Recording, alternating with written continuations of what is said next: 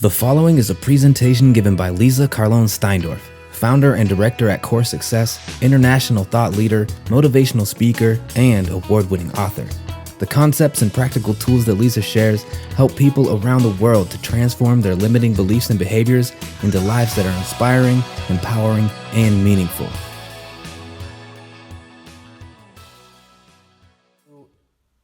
How we value ourselves. So my thought was that the discrimination that we encounter, actually, I'm going to be a little heretical in saying that it's self-discrimination, that we can't be discriminated against unless we allow it. You know, Eleanor Roosevelt said, nobody can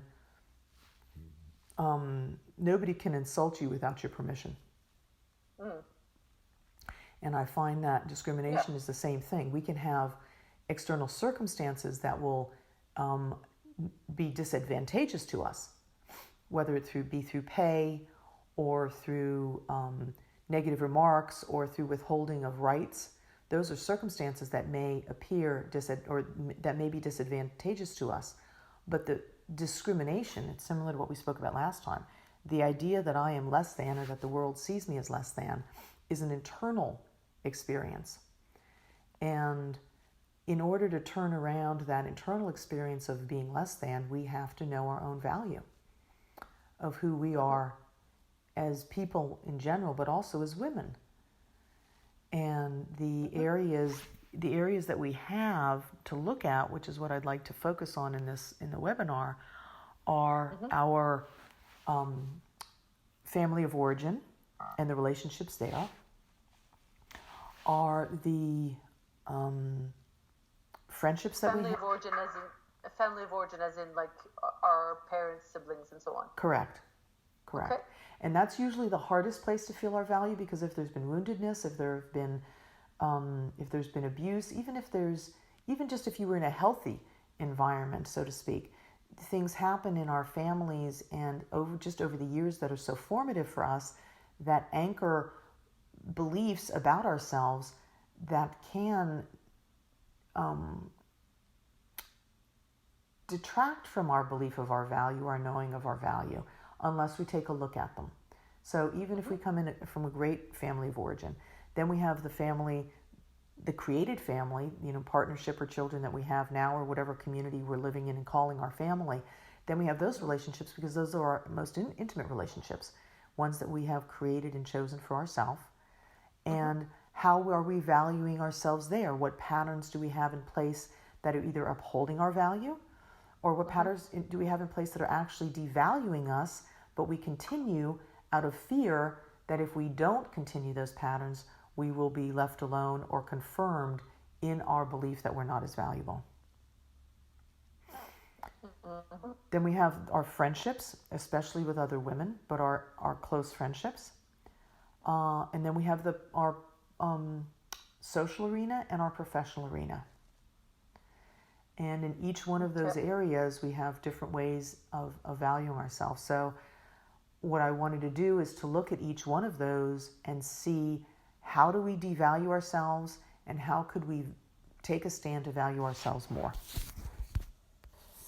So if we start with the family of origin, whomever it is, if we just take one relationship, maybe the one that is most conflictual, because that's where we can usually learn the most, and it's a placeholder for other ones, and see what are the beliefs, or how do we think we are seen by this person? What do they say to us, or what do we think about their behavior toward us that says something about us?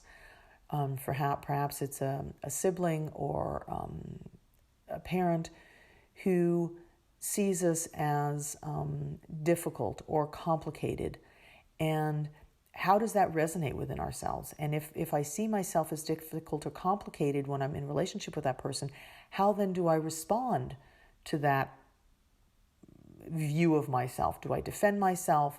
Am I rebellious and just act like it doesn't matter? Do I make myself subservient and try and change their viewpoint of me?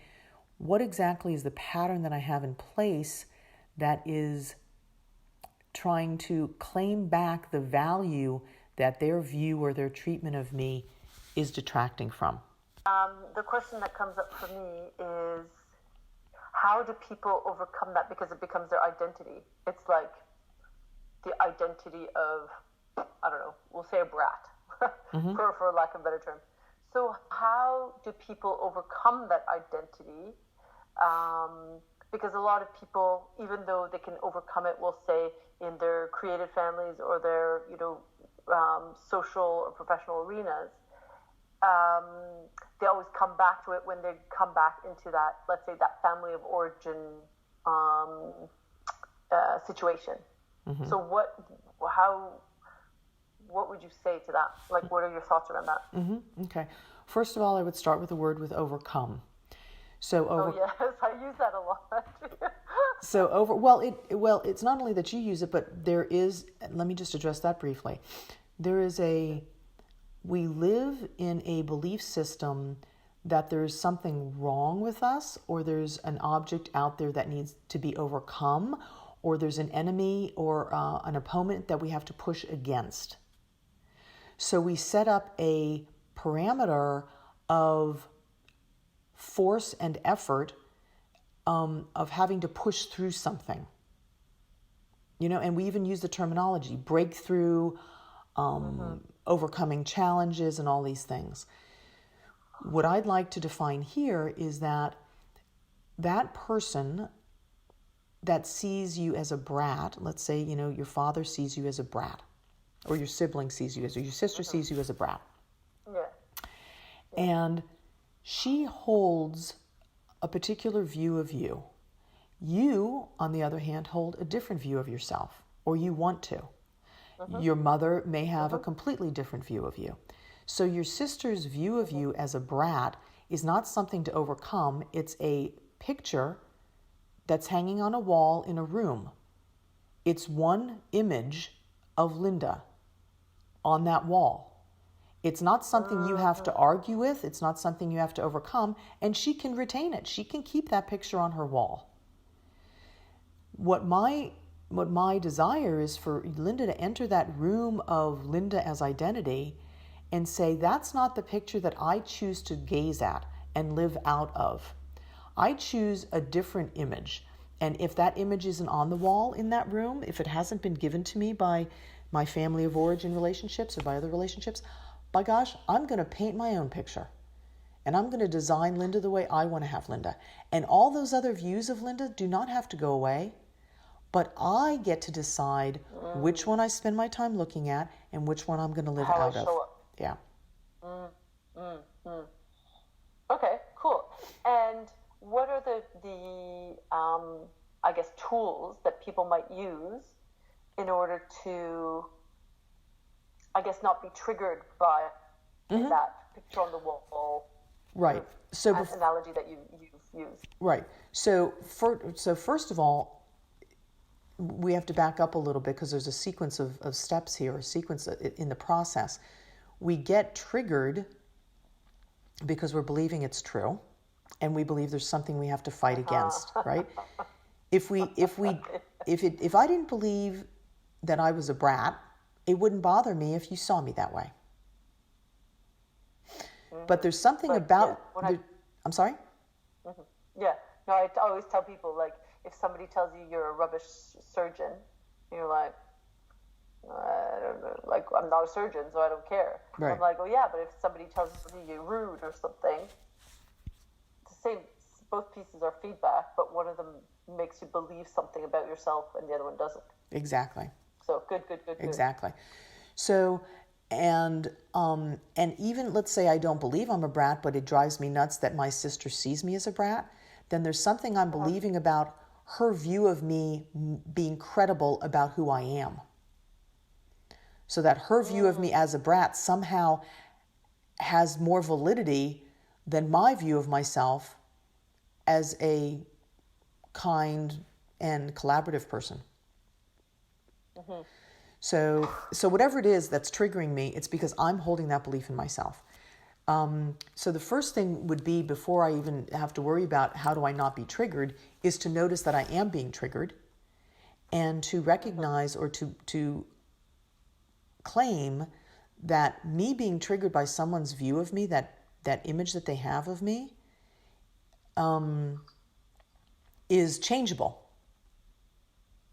I'm not locked into that. So to then see that I'm being triggered, see what it is, and then ask questions. How are they seeing me? Why does it bother me that they see me that way? Do I see myself that way? And if I don't, why does it bother me that they see me that way? So those would be 3 questions that would be very important to answer first in order to answer the question of why does it trigger me. And then the next phase, so there's the recognition phase, and then there's the grappling phase, like really digging into the triggering and the difficulty and the struggle and the suffering of it. And then there's the transformative phase of who do I see myself as? And who do I want to see myself as? And when I'm in that place, okay, so I see myself as not a brat, but I see myself as competent. Okay, so competent, but that's not really the way I want to see myself, or maybe that's not enough. I want to see myself as competent and creative. Like I can create good relationships, I can create fun, I can create playfulness, I can create. So if I want to see myself, I've moved now from being triggered that she sees me as a brat to recognition, I don't see myself as a brat, but rather as a person who's competent, to creation of transformation of this is how I want to see myself, and then creation. Okay, so if I want to see myself as creative, how do I have to show up in the world? Let's start with this relationship. So I can say to my sibling, I hear the way you see me, but I invite you to see me a different way. And then to take action on that, to then create, if I want to be creative in the relationship with my sister, then to invite her to playful events.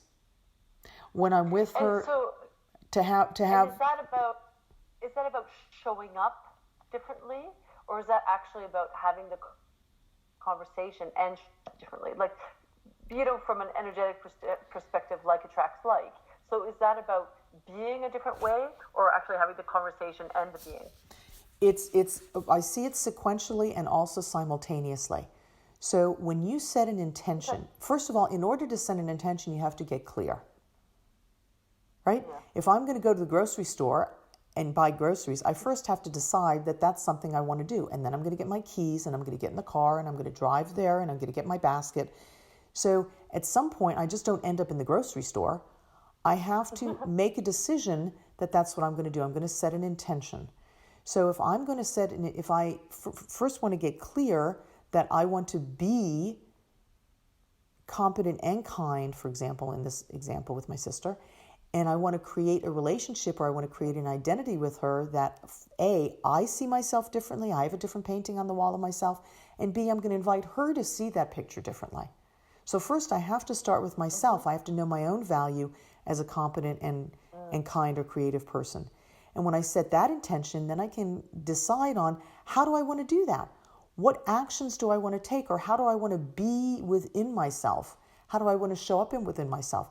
Maybe to be more light in my communication, maybe to just notice her sarcasm and play it back to her without taking it seriously.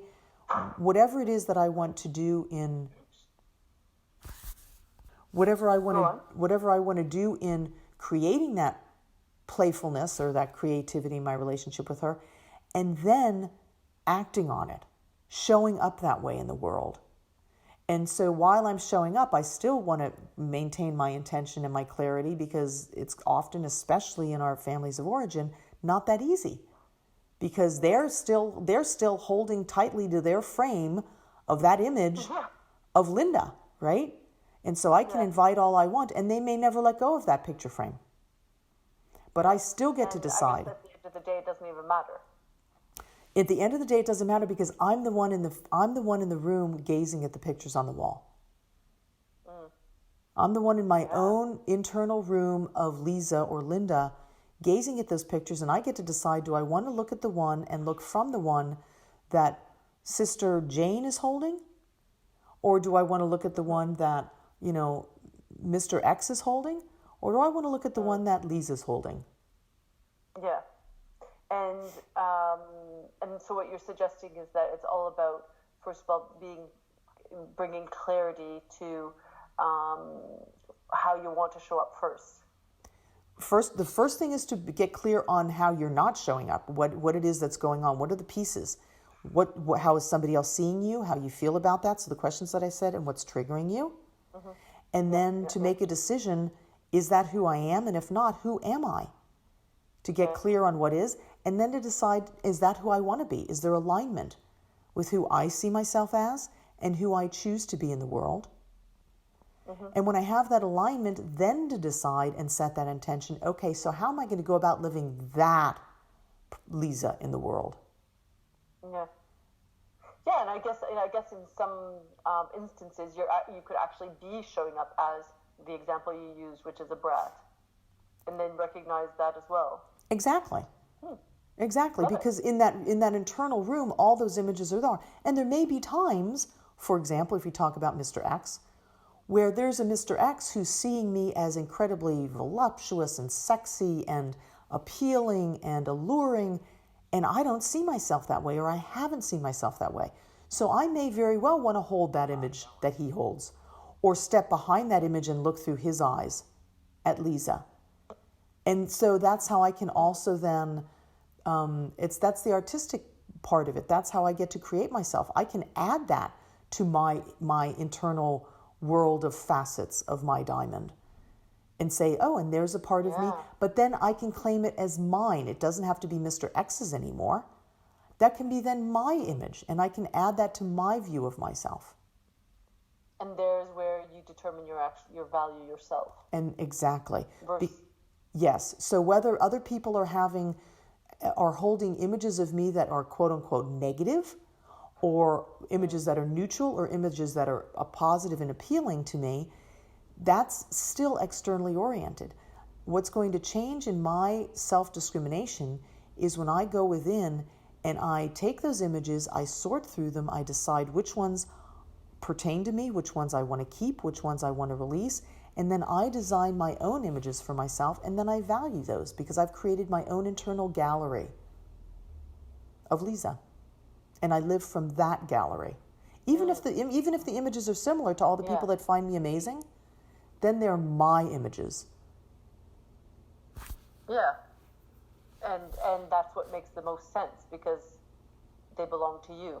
It's not somebody handing them over to you. It's not externally. Is your external versus internal orientation? Right. Exactly. They mean something to me now because I own them. That's my ownership. So then when I go into the world, so if we take this then back into discrimination, right? If I go into the world and somebody's not paying me enough because they say I'm not, if I look at my professional image, the one that I have there, and in my professional image, I know that I'm incredibly competent at what I do, that what I offer is of great value to other people, that how I offer it with skill and insight, with experience and humor and love, if that's the image that I'm holding in my gallery of Leeza about my professional abilities and my professional value, and then I'm in a workplace and my boss says to me, you don't deserve a pay increase, or you don't deserve that new position, and I'm standing in that value, I would look at him, I wouldn't have to even get enraged and just say, I'm sorry, you don't see my value.